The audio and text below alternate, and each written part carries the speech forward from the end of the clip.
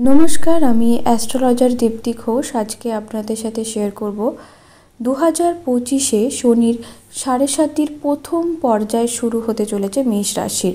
এই যে শনি 7.5 প্রথম পর্যায় শুরু হবে 29 মার্চ থেকে, এটা নিশ্চয়ই আপনারা জেনে গেছেন। এইটার প্রভাব অর্থাৎ শনি 7.5 প্রভাব আপনাদের ওপর কি পড়বে কি পড়বে না সেটা নিয়ে আলোচনা করব। এর মধ্যে কিন্তু কোনো রকম তাবিজ কবচ স্টোনের আলোচনা থাকবে না, একদম অথেন্টিক প্রেডিকশন থাকবে। যদি ভালো লাগে ভিডিওটি পুরো শুনবেন এবং আমি লাস্টে গিয়ে রেমেডি বলে দেবো। দেখুন, শনি 7.5 এই যে নামটা শুনলেই মনে হয় যে কি যেন একটা হয়ে গেল বা আমাদের জীবনে হয়তো আর ভালো কিছু হবে না। শনি 7.5 মানেই যে খারাপ সেটা কিন্তু একেবারেই নয়। শনি 7.5 কোনো জন্মগত দোষ নয়, অর্থাৎ এইটা একটা মানুষ জন্মগত নিয়ে জন্মেছে সেরকম কিন্তু নয়। এই শনি 7.5টা প্রত্যেকটা রাশির মানুষকে ভোগ করতে হয়। কিভাবে শনি 7.5 হয় সেটা যদি একটু বলি। শনি 7.5 হয় 7.5 বছর ধরে। বলা হয় শনি হচ্ছে স্লোয়েস্ট মুভিং প্ল্যানেট বা ধীর গতিতে চলা, সব থেকে ধীর গতিতে চলা গ্রহ। শনিদেব যেখানে যার চন্দ্র থাকে, সেটি তার রাশি। শনিদেব যখন গোচরে, অর্থাৎ গ্যালাক্সিতে যে সব সময় তো গ্রহরা ঘুরছে, এই যে গোচরে যখন শনিদেব আপনার চন্দ্রের আগের রাশি, ঠিক আছে, যেমন ধরুন আপনার মেষ রাশি হলে মেষ রাশিতে আপনার চন্দ্র, তাহলে তার আগের রাশি মানে হচ্ছে কিন্তু মীন রাশি, অর্থাৎ 12তম রাশিতে শনিদেব এসে উপস্থিত হয়, তখন কিন্তু শনি 7.5 প্রথম স্টেজ চলে। এরপর 2.5 বছর তিনি ওখানে থাকবেন। শনি 7.5 প্রথম পর্যায়ে 2.5 বছর চলবে। এরপরে তিনি মেষ রাশিতে ঢুকবে, অর্থাৎ তিনি কিন্তু যেখানে চন্দ্র আছে আপনার সেখানে ঢুকবে, সেখানে 2.5 বছর থাকবে। এরপরে বৃষ রাশিতে আবার শনি ঢুকবে, সেখানে আবার 2.5 বছর থাকবে। এইভাবে 7.5 বছর ধরে কিন্তু শনি 7.5 চলে। এই শনি 7.5 প্রভাব প্রত্যেকটি রাশির মানুষকে ভোগ করতে হয়। বেশিরভাগ ক্ষেত্রেই দুবার ভোগ করতে হয়। যারা অনেক দিন পর্যন্ত বাঁচেন তাদের কিন্তু 3 বারও ভোগ করতে হয়। শনি 7.5 মানেই আমরা একটা বিভৎস ধারণা করে ফেলি যে এই সময় খারাপ কিছু হবে, সেরকম নয়। পার্সোনাল হরোস্কোপে যদি শনিদেব আপনাদের পজিটিভ থাকে, ভালো জায়গায় থাকে, তাহলে অবশ্যই শনি 7.5 কিন্তু আপনাদেরকে ভালো কিছু দেবে। কিন্তু বেশিরভাগ ক্ষেত্রে দেখা যায় যে শনি 7.5 নেগেটিভিটি দেয়। কেন দেয়? কারণ তিনি তো পরিশ্রমের গ্রহ, তিনি কিন্তু বাস্তবকে বোঝাতে আসে, আর বাস্তব তো সবসময় সুমধুর হয় না। সেই কারণে আমাদের মনে হয় যে শনি 7.5টা কিন্তু ভীষণ খারাপ। এবার চন্দ্র আমাদের রাশিতে, যেখানে যার চন্দ্র, সেখান থেকে ডিসাইড করা হয় যে তার মনের অবস্থা কীরকম।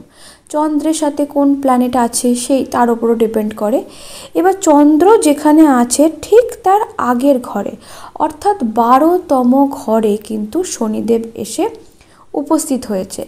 এই শনিদেব ঠিক আপনার মনের পেছনের জায়গায় যখন উপস্থিত হবে, চন্দ্র মানে মন, আপনাদের ওপর কী কী প্রভাব ফেলবে।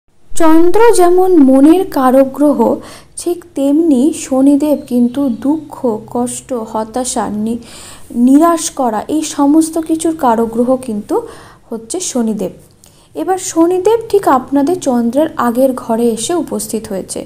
এই সময় কি প্রভাব ফেলবে? আপনাদের মনের ওপর একটা ভয় ভীতির প্রভাব ফেলবে।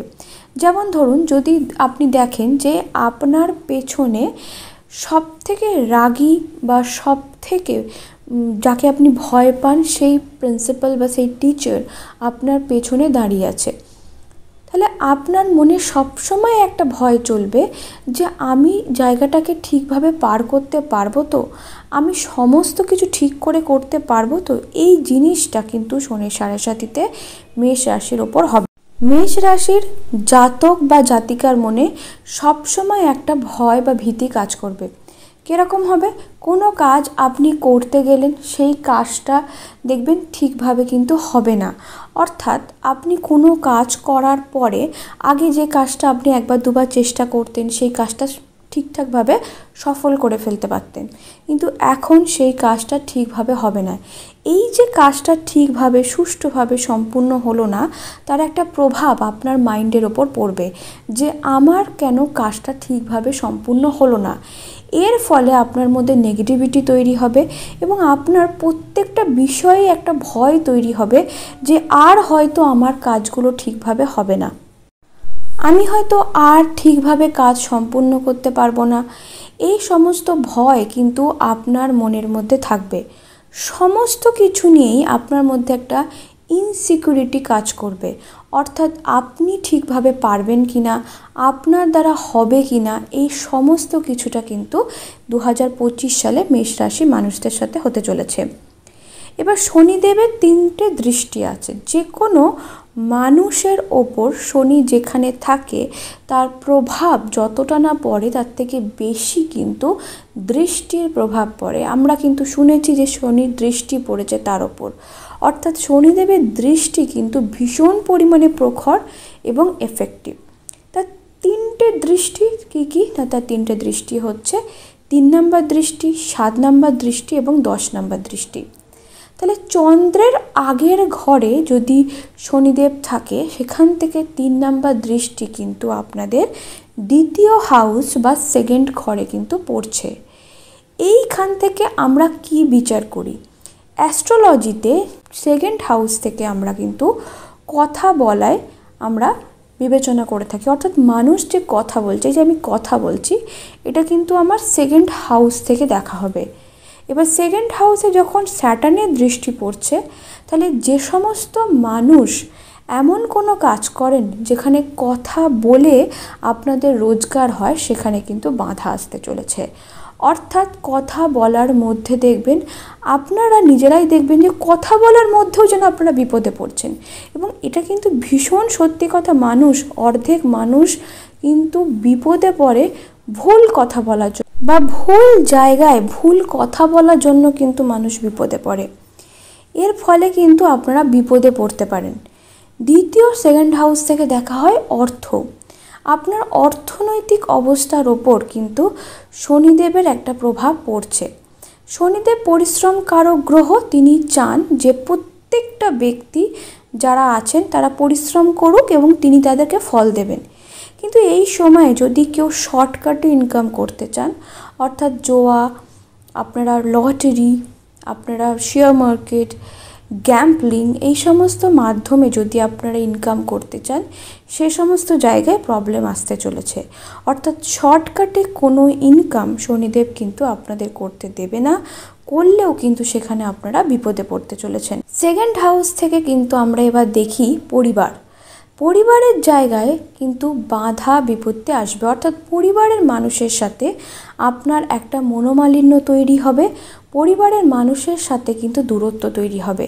এবার আপনাকে কি করতে হবে? আপনাকে একটু বুঝে শুনে পরিবারের সাথে কথা বলতে হবে।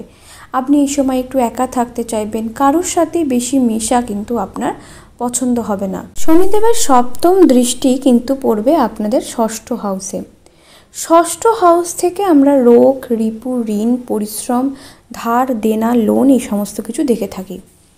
তাহলে 6ষ্ঠ হাউসে যখন শনিদেবের দৃষ্টি পড়বে, তাহলে একটা জিনিস দেখুন, এই সময় কিন্তু পরিশ্রম আপনাদের বৃদ্ধি হবে। শনিদেব এমনি নিজে পরিশ্রম পছন্দ করে, তার দৃষ্টি পড়ছে 6ষ্ঠ হাউসে, যেখান থেকে পরিশ্রম দেখা হয়। তাহলে অবশ্যই আপনাদের পরিশ্রম কিন্তু এই সময় বৃদ্ধি হতে চলেছে। তাহলে আপনারা আগে থেকে জেনেই যাচ্ছেন যে আপনাদের পরিশ্রম বৃদ্ধি হবে। তাহলে এই জায়গাটা কিন্তু আপনাদেরকে ভেবেই নিতে হবে, যে কোনো কাজই আপনি করুন না কেন আপনাদের পরিশ্রম বৃদ্ধি হবে। দ্বিতীয় হচ্ছে কিন্তু এই সময় লোন জায়গাটা, যদি আপনারা ধার দেনা, এই সমস্ত জায়গাটা কিন্তু একটু খারাপ দেখাচ্ছে, তাই লোন ধার দেনার মধ্যে না জড়ালেই ভালো। পায়ে কিন্তু চোট লাগার সমস্যা, পায়ে আঘাত লাগা, পায়ে বাতে ব্যথা বেড়ে যাওয়া, এই সমস্ত কিন্তু আপনাদের এই সময় শারীরিক কিছু প্রবলেম যদি আপনারা জিজ্ঞাসা করেন, এই প্রবলেমগুলো আসতে পারে। আর কি কি হতে পারে? এরপরে দেখুন শনিদেবের 10ম দৃষ্টি পড়ছে আপনাদের 9th হাউসে। এবার 9th হাউস থেকে আমরা এন্টায়ার ভাগ্য দেখি, অর্থাৎ ওভারঅল আপনার ভাগ্য কীরকম যাবে। 9th হাউস থেকে পিতা, গুরু, গুরুস্থানীয় ব্যক্তি, ধর্মীয় জায়গা, ধর্মীয় স্থান, লং ট্রাভেল, এগুলো আমরা দেখে থাকি। তাহলে সেইখানে যদি শনির দৃষ্টি পড়ে, আমি কিন্তু বিন্দুমাত্র আপনাদের ভয় দেখাবার চেষ্টা করছি না, আমি জাস্ট ফ্যাক্টটা বুঝিয়ে দিচ্ছি যে এগুলো হতে চলেছে। আপনারা সাবধান হয়ে যান, কোথাও কোনো রকম তাবিজ কবজ পাথর পড়ে সায়েন্সটাকে ভুল বুঝবেন না। আপনারা যেগুলো হবে সেটাকে আমি বলে দিলাম, এবার আপনারা ওই বিষয়গুলিতে সাবধান হয়ে যান। এগুলোকে বাঁচার জন্য কখনোই তাবিজ কবজ পড়তে যাবেন না। এরপরে কি হবে দেখুন, শনির 7.5 এফেক্টটা আপনাদের 9th হাউসে কীভাবে ফেলবে। 9th হাউস থেকে আমরা দেখি, কিন্তু বললাম যেগুলো দেখা হয়, এইখানে আপনাদের প্রভাব পড়বে যে পিতার শরীরের ওপর নজর দিতে হবে। পিতা বা গুরুস্থানীয় ব্যক্তির যে কোনো মানুষের ওপর কিন্তু এই সময় শরীর খারাপ হতে পারে, সেদিকে নজর দিতে হবে। পিতার পায়ে প্রবলেম আসতে পারে। দ্বিতীয় হচ্ছে যে লং ট্রাভেল যদি আপনি করে থাকেন বা আপনি ভাবছেন করবেন, এই সময় বাধাপ্রাপ্ত হতে পারে। চাকরির জন্য আপনার পরিশ্রম বৃদ্ধি হবে, আমি আগেই বলেছি। এবার এই চাকরির জন্য আপনাকে লং জায়গায় বা লং ট্রাভেল করে আপনাকে জার্নি করতে হতে পারে, অথবা অন্য কোনো জায়গায় কিন্তু ট্রান্সফার করিয়ে দিতে পারে। চাকরি চলে যাওয়ার সম্ভাবনা এই সময় থাকবে। এবারে চাকরি চলে যাওয়ার সম্ভাবনাটা থাকবে, আগে থেকে জেনে যাচ্ছেন। তাই হঠকারিতায় কোনো ডিসিশন নেবেন না, কারণ চাকরি চলে গেলে চাকরি পেতে কিন্তু খুব অসুবিধা হবে এই সময়। তাই এই সময় ট্রান্সফার করিয়ে দিক, হজম করে নিন। 7.5টা বছর প্রত্যেকটা মানুষকেই করতে হয়, কিন্তু কোনোভাবেই আপনারা কিন্তু এই সময় হট করে চাকরি ছেড়ে দেওয়া, হাতে কিছু না পেয়ে এগুলোকে একেবারেই করতে যাবেন না। শনি 7.5 প্রথম স্টেজ আপনাদের কীরকম যেতে পারে বা কীরকম যেতে চলেছে সেই নিয়ে একটা ভিডিও আমি করলাম। 2025, 2026 আপনারা দেখবেন যে আপনাদের সাথে কিন্তু এগুলোই হচ্ছে, এবং যা যা বললাম, যে যে সেক্টরে বললাম, সেইগুলোতেই প্রবলেম আসছে। ঈশ্বরের কাছে কামনা করব আপনারা সবাই ভালো থাকবেন, সুস্থ থাকবেন, এবং অতি অবশ্যই নিজের মানসিক শক্তি বাড়াবেন। রেমেডি কি আছে? রেমেডি হচ্ছে যে এই সময় আপনারা দক্ষিণাকালীর শরণাপন্ন হন।